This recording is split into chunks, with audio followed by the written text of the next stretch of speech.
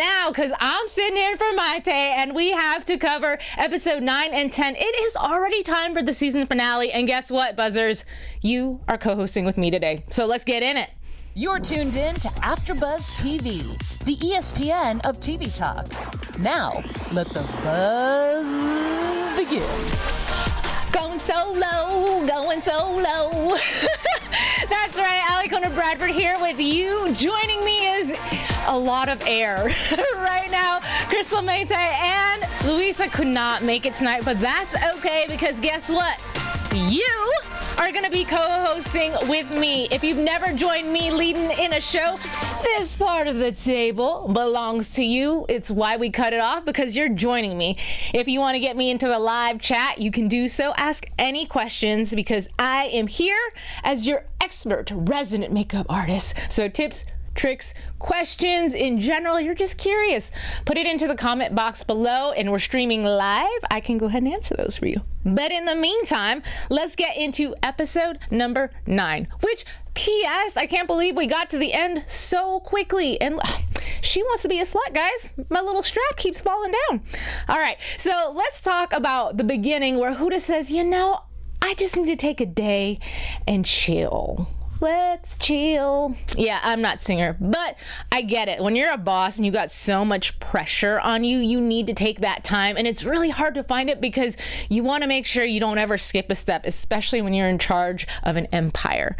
So I got to give her credit. But what does she do with her day off?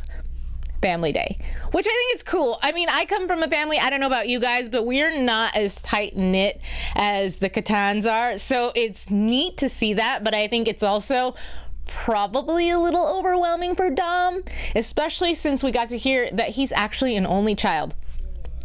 I can relate. So when you're stepping into a family that's got siblings, that's got so much closeness with family, you're sort of the outsider trying to fit in. And I feel like he's doing a really good job. I mean, he's handling the pressure because, y'all, that family is a lot. And even Huda said it. She said, everyone here is crazy. And she meant it. And he was kind of like, yeah. Like, yeah, girl. I just don't want to be rude. But I feel like the interaction between them was a little bit awkward. I think when you've got so many people around you that are like constantly asking you questions, questioning your relationship, the speed of your relationship, then it gets to be a bit tough to just chill. Like Huda said, it was the point to chill. Anyhow, so she gets him all cornered in, right, and starts asking him all these questions. And I give her props because, look, she's trying to get to know him. I think it's really cool that she wanted to clear up any misunderstandings in LA. And she even said, you know, my sister may have been a little dramatic, and I think Mona was just butthurt. So of course she relayed the message to Dom that no one wants to hear, or just made him feel that way, and that was not necessarily the case. So either way, it was good that they talked, but I think that there's still a lot of resistance on Huda's behalf. And I get it. Look, your sister, you love her so much. And even if you don't have a sibling, we've all had that friend, right? Who's been through a terrible breakup. You've seen her go through it, and you love that person so much that it hurts you to see them hurt, right? And so I understand where Huda's coming from. But at some point, you just have to be able to let it go. If someone's going to make a mistake, let them make their mistake and learn. Especially because, according to Huda, that's their first serious relationship. Were you guys like, whoa? Because I was. I mean, I knew Mona had a bad breakup, and maybe their definition of serious is bringing someone home to the family. But even Dom had said that it was his first serious relationship too. So when I heard that, in combination with the fact that they're trying to get married after 8 months, I was like, okay, I could see where the concern is. I definitely can. But again, you have to just let live and let live, right? Really quick, I'm going to stop, take a look, see if anybody's in the chat. I don't see, oh wait, let's see. Nope, I don't see anybody yet. Well, you know what? That's okay. We still have plenty of time. And if not, leave your comments below. I'll be sure to look at them later on because, again, any makeup questions, I'm more than happy to answer. Of course, you can hit Huda up. She'll answer your questions as well, too. But getting back into the episode, again, I think that Dommy, which was kind of weird, I think that he handled it really, really well, because then you got the parents going after him and stuff like that. But, you know, it's just let it go. Let it go. People should never let me talk on this microphone by myself, because then I start singing and I'll just, you know, if you're on the podcast, you're probably grabbing your headphones and ripping them off of your head right now. So I apologize. But let's talk a little bit about the team. So we go back to the team. We're at that resolve for the eyeliner. It was a huge drama. And for those of you who maybe think they're making something out of nothing, I can understand, because when you have so much money invested in something and you've agreed and you've promised to deliver on something to not only your stores, which are your different doors, but also to your customers, because you've been promoting it all over social media, you gotta meet the deadline. Like, money is on the line, your reputation is on the line. So I could see the stress. And one of the things they talked about was this liquid eyeliner, which Huda specifically made it into a certain shape. And I don't know if any of you ladies or gentlemen have ever used liquid liner or have struggled with liquid eyeliner, because it can be the end of you sometimes, especially when you get that one little squiggly because of the shaky hand, or you blink and you're like, dink. Sucks. So anyhow, with her brush, she's tapering it inward, and a lot of times what they're saying is that other products, oftentimes if it's a brush, it's got a very blunt end, so it can be hard to get that nice little wing on the very, very tip, whereas when you do have the pointed end and it's not felt, because those felt ones are really hard to use because they're so thick and stiff. So you have the flexibility of the brush. Now, a little tip, we talked about it in one of the other episodes, but if you are doing liquid liner, a few things I like to do. First and foremost, I do my eyeshadow first, because I know some people do their eyeliner before their eyeshadow. Okay. No judgment, but it's definitely easier the reverse. So you get your eyeshadow on first and do the tape thing. Girls, guys, it is so much easier. You get the little clear scotchy tape, right? I know that Huda likes the Post-its, but they move. You smile and it's like, eek. So you get the scotch tape instead, and then you can use that to get your clean line and then take it off. And if you still get some dribble going down the side, you can actually use a gel-based moisturizer, like an eye cream, and put it on a Q-tip, and that will actually take away the residue. Or I really like to use coconut oil. Random, but if you happen to have some in the kitchen, go run and get it, put it on a Q-tip, and then it'll clean it up really nice, which PS takes off the eyeliner and the rest of your makeup so much easier than any expensive cleanser. I promise you. I've been in the industry so long and I've bought so many different products, and nothing beats my $5.99 jar of coconut oil. Boom. There you go. Pro tip. Now, speaking of pro tips, actually, Huda had her own pro tip, which was to use the primer, which is a mist, which is her resting boss base, and you do a sponge with it, right? Excuse me, Mr. Microphone. You do a sponge with it. Love it, don't love it, all at the same time. Get it? When you spray it, like, it can give you dots everywhere, and then you get an uneven, weird situation going on. But if your nozzle isn't clogged, you should be fine if you hold it far away. If you spray it into a sponge, the only disadvantage is that you're going to run out of your spray a lot faster. But other than that, I get it. You push it into your skin really, really well, and it'll help with making your makeup stay on really well. So again, great pro tip. Just know that you might run out of your primer a little bit sooner than you anticipate. Really quick, I want to check and see if anybody's jumped into the chat. It looks like we haven't got anybody yet, but I do know that a lot of you guys tend to watch this post airtime, so it's all good. Let's see. I'm going to take a look at my notes to see if there's anything that I've left out. We've talked about the fact that basically because we're talking about resting boss face, I love the fact that her team had to test the resting boss face spray, making sure that it's waterproof, right? So what her team did is, or people at the lab too, they used waterproof Huda foundation and makeup, and then they put the resting boss face on top and tested it in water, and we're like, oh, it's waterproof. Not paying attention to the fact that the foundation and everything else was already waterproof below it, right? And so the idea is to make sure this product is usable on other things. But a little insider tip, most brands, We'll use makeup and create makeup so it works synergistically. I can enunciate. Synergistically, which means that they are made to work together. So a foundation from brand X is going to work better with a powder from brand X versus trying to use it with your CoverGirl. It just doesn't work as well because that's just the way they formulate it. So unfortunately, that's what happened at the lab. And maybe it's the chemists that do that. But again, with branding, that's smart because then you end up buying the entire line versus mixing and matching in your makeup bag, which we all like to do. But anyhow, I found it very comedic that the team decided they were going to try X, Y, and Z brand on their face and then use the resting boss face to see if it's waterproof. And their version of doing it was just, putting it on the girl's face and having her dump her face into a sink of water and then come back up and everything was intact. And they're like, yeah, it's waterproof. And I thought, that's really not the same thing as being out in the heat and the humidity for like an hour, 5 hours, whatever your day looks like, and constantly sweating or having humidity, just like the moisture in the air, which causes your eyeliner and everything else to drip off your face. So I don't know. I think maybe that was just a little situation that they conjured up for the purpose of the television show to make it fun, but that's not something that you can do and then be like, stamp of approval. This is now going to make your makeup waterproof. Sorry, guys. Not gonna happen.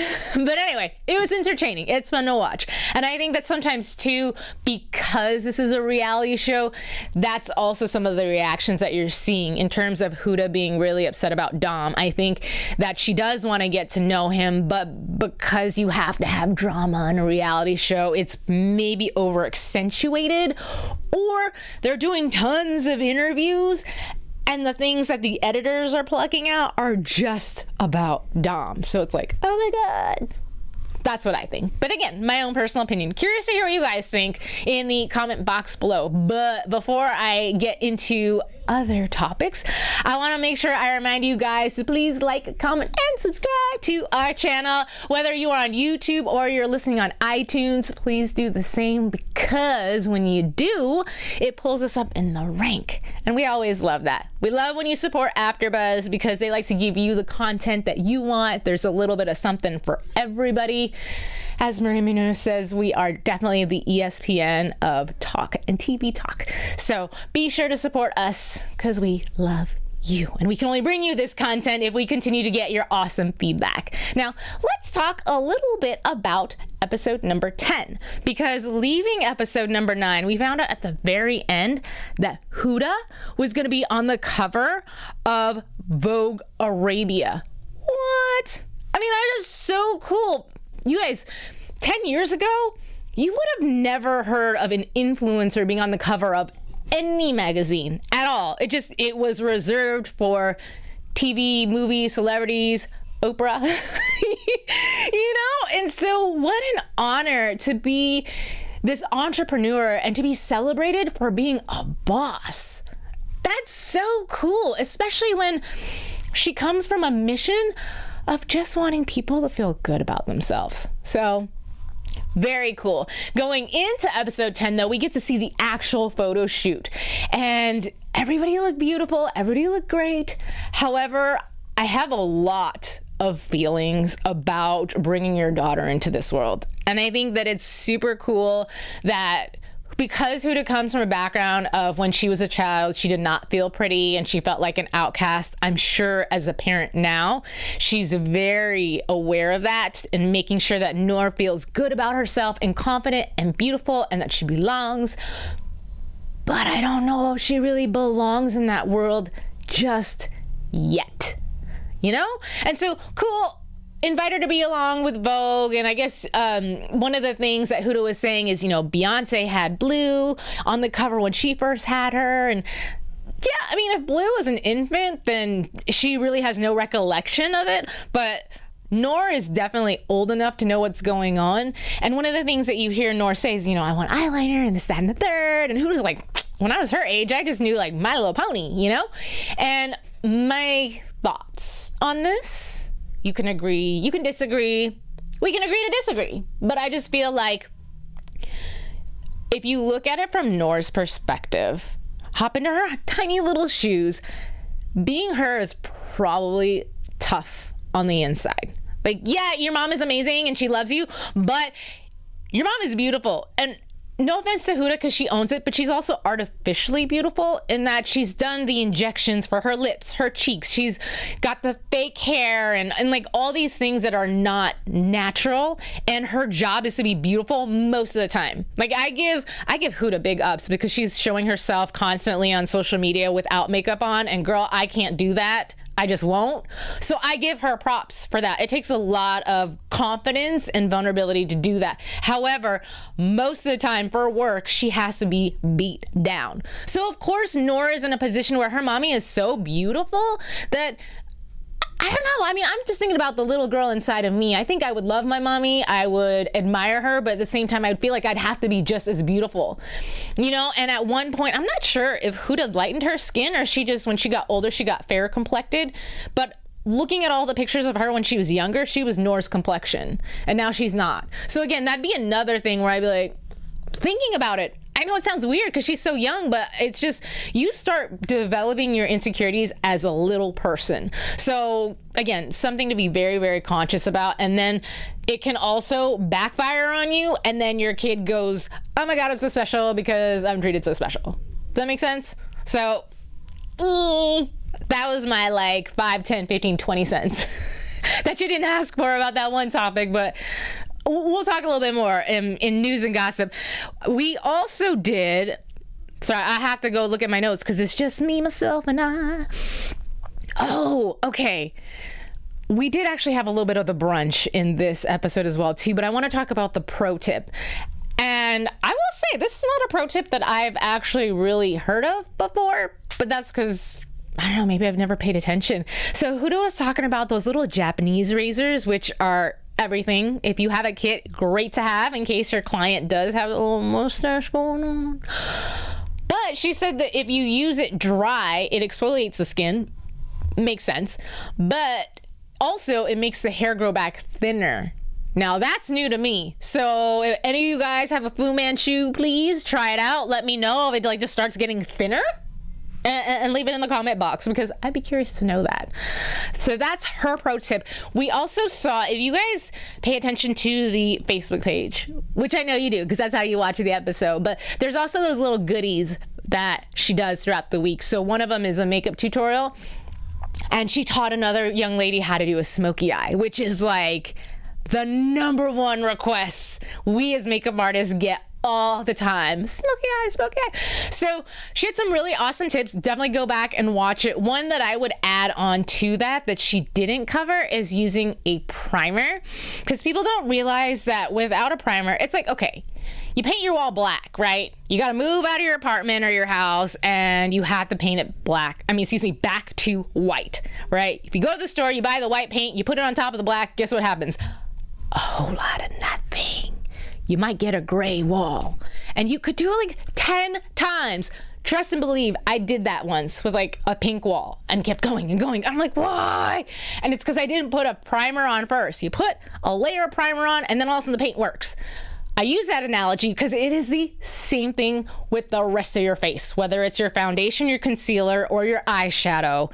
Yes, and even your lashes and lips. If you do not use a primer, you will not get full color payoff, So if you're ever doing a smoky eye, definitely have that primer first. I'll put on my primer, put on a little concealer just to take away any, natural skin tones that I don't like, whether I'm having like a dark eye circle day or whatever. Do my concealer, then do my primer on top of that, and then start applying the shadow. And one of the things that you saw Huda do, which I love, is she took her brush, and if you pay attention to detail, instead of taking her powder and like just ramming it onto her eyelid, she actually patted it on. And what that does is it presses the color into the primer, so the primer grabs the color.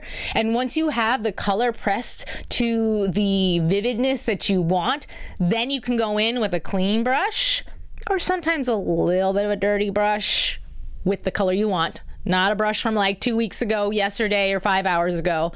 And then you can blend it out. It's almost like having a little extra eraser that buffs out the line, so that way it's a smooth blend. So again, please go back, watch the tutorial. Huda does a little bit more of a softer smoky eye with browns. If you want to do something with black, use a black primer underneath it. So that's, again, 5, 10, 15, 20, all my cents. So that way you get some tips as well. Now, let me get back. Blah, blah, blah. I can talk. I talk so fast. Sometimes my lips can't keep up with the rest of everything that's going on.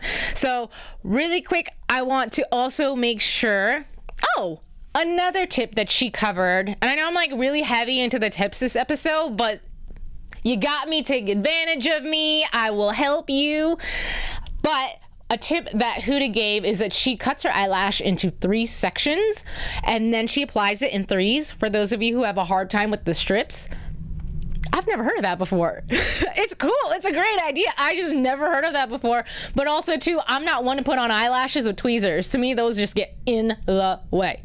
You're welcome to try it. If you didn't catch that on the little Facebook video, basically cut it in one side. You got your middle, and you go from the outside in with your 3 different sections. My tip, I shared with you before, do it with your eyes open. I do the full-blown strip, put the glue on, wave that around like a bad boy, like that. Okay. And once it's tacky, then I just go with my eye open, because if one eye is shut, the one you're applying the eyelash onto, it just like does this in waves, in flickers. So the way you stop that is just to do it with your eyes open. Just tilt your chin back so that your eye stretches downward, like so, and pop that bad boy on. Now, I'm gonna check really quick. It looks like I still don't have anybody in my live chat, so shame, you guys. It is 7 p.m. West Coast time. Some of y'all should be awake, but that's okay. Hopefully you're watching it later on and I got you hooked, so you'll come back next season, because it's the finale. And I felt like it was a little underwhelming going back into the episode. Only because usually when you have a season finale of a show, there's some sort of big boom that makes you go, ooh, oh my God, I have to tune in next time. I didn't feel that. We got the pressure from Dom. We found out that he's going to be accepted into the family. And also that Stacy, Huda's assistant, sees it as a fairy tale, which is cool. I actually did not see it like that, so it's neat to have a different perspective. And I think Huda keeps asking people if they think it's too soon, because she just wants someone else to agree with her, so she doesn't feel like she's crazy. But I don't know. I mean, Mona, the last thing we saw in the season finale was Mona just saying, you want to be really excited about something, but there's so much pressure that you can't. And I get that too, because sometimes you have that friend, right? Like you really like somebody, a guy or a girl, and your friend maybe doesn't approve or think that they're good enough for you because they love you and they have high standards for you, sometimes higher than your own. And you're like, okay. And so you have an exciting moment, whether it's your first kiss or first date, and your friend's like, oh, okay, cool. And it's not the reaction that you wanted. It's almost like a judgy reaction. And I think that's what Mona is going through as well, is just really, really trying to be happy, but constantly being told that she's moving too quickly. And as I said earlier this episode, say it once, cool. Say it a second time, just in case it didn't resonate with the person. But after that, just boop, boop, boop, zip it. Girl, zip it. It's not your place. I'm sure when you got married in your 20s, Mona wasn't telling you, girl, like you're too young. I mean, maybe she was, but it doesn't seem like it. You have so much more life to live. Why get married in your 20s? Like, think about that. How many people maybe told you that? I mean, I know in her culture, like getting married young is like, woo! So maybe she didn't get that kind of bite back. But in case she did, it's like, put yourself in that situation. Remember how excited you were to marry Chris and how awful it may have felt to have other people judging your decision to marry him at your age, right? Same thing with Mona. Just chill. Anyhow, that is the season finale. That's it. But there's still more to this episode because we have to get into our hashtag Manifest Mona. So tell us, this is Louisa's thing. Oh, ding, ding, ding. So magical. But tell me, and all my personalities, what you found to be positive about this episode, whether it was something from Mona that she said or did, or some of the other family members. For me, it actually is Mona keeping positive about her whole relationship when everyone is judging her. P.S. It's a little strange to me that Dom's family isn't trying to meet her and put her through the whole ringamarole. And I get that the show is not about his family, but at the same time, if Mona traveled to him, you'd think that we would tape that and see that. I digress. Point is, no matter how many people are judging her, low-key attacking, not attacking, passive attacking her, she's still standing her ground, which I think is very important, because it's so easy to get influenced by people you love, especially when it's about someone else that you love and you're not quite sure. But she's obviously so sure of herself, so sure of him, so sure of her decision, and she's sticking to it, and she's handling everybody else's or just talks with such class and grace. And yeah, I mean, she could turn around and be fighting about it or just defensive and mean and snappy, and she's not. So that's my hashtag manifest Mona. She's not manifesting anything, or maybe she is, with her great attitude, but it is something positive that I really do enjoy about her. Now, I'd like to get into some news and gossip. AfterBuzz TV News. Oh, news and gossip. So we talked about the Vogue Arabia. Maybe you looked it up. Maybe you bought a copy. But if you didn't, I wanted to share some of the pictures. First, I have Bazaar magazine up first. And the reason is because she has obviously been asked to be on another magazine cover. So whether it was before or after, the point is, who does on magazine covers? And she's I just think it's really, really neat that we are honoring somebody who's worked hard, came from nothing and worked her way up. Those are the type of people that we should be celebrating. I love celebrities. Look, I'm an entertainer myself. I'm an actor and a host and this, that, and the third. And I think it's great we have celebrities on magazines too. But honoring people that are more about this life, I think, is really neat. So let's get into Vogue Arabia. Something I want to bring up. These ladies all look beautiful on the cover, but going back to that whole making sure your daughter stays grounded thing, this photo is so unbelievably photoshopped. And I get it, that's what magazines do, but you just photoshopped a little girl. So now that little girl is going to look at that picture and remember that picture, remember how beautiful she feels, or maybe doesn't feel because they felt the need to change her face. And that is a thing. So if I were Huda, I would have asked for the proofs and been like, let's not do that, shall we?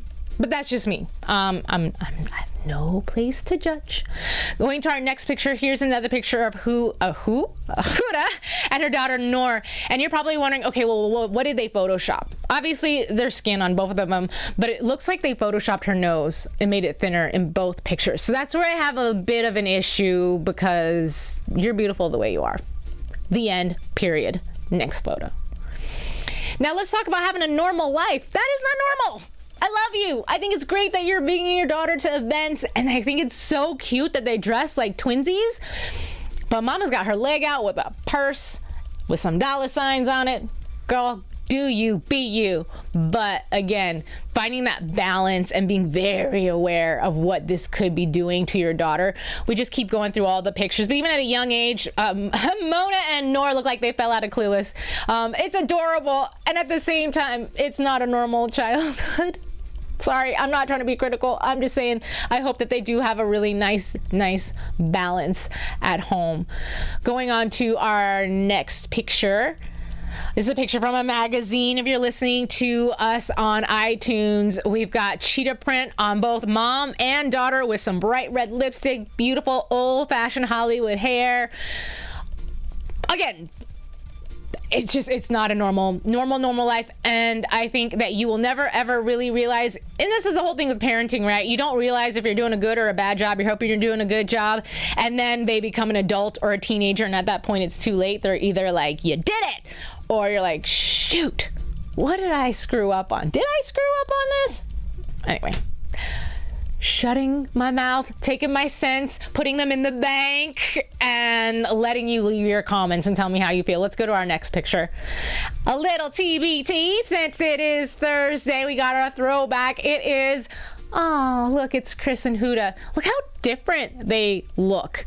Isn't that crazy? They both look great. You know, in 2000, because they both have had work done to their face, right? They both look great in 2000. I think Huda was so beautiful. And then you look at her now, she's still very pretty, especially when she like does her makeup all and stuff like that. I just hope that she knows that she was equally as very pretty back then. That's all. All right, so that brings our conclusion to our news and gossip. For my co-hosts at home, I hope you had a great time with me tonight, but also I hope you had a great time with all of us. Me and my invisible cast. I'm gonna turn you guys to the front so you can see all of us. But anyways, I hope that you enjoyed us this season. On behalf of Crystal, Maite, and Louisa, we are so grateful you joined us, and we hope that you continue to join us in the future. I will see you guys next time. But wait, before we leave, be sure to find me on social media so that way we can continue the conversation. If you have questions, feel free to ask. I'm more than happy to answer. I'm at yours truly, Alikona, Alikona. There's little underscores in between, and I'm mainly on Instagram. So ask all your questions on Instagram, and I'll get to you there. Until next season, bye. Our founder, Keven Undergaro, and me, Maria Menounos, would like to thank you for tuning in to AfterBuzz TV. Remember, we're not just the first, we're the biggest in the world, and we're the only destination for all your favorite TV shows. Whatever you crave, we've got it. So go to AfterBuzzTV.com and check out our lineup. Buzz you later. The views expressed herein are those of the hosts only and do not necessarily reflect the views of AfterBuzz TV or its owners or principals.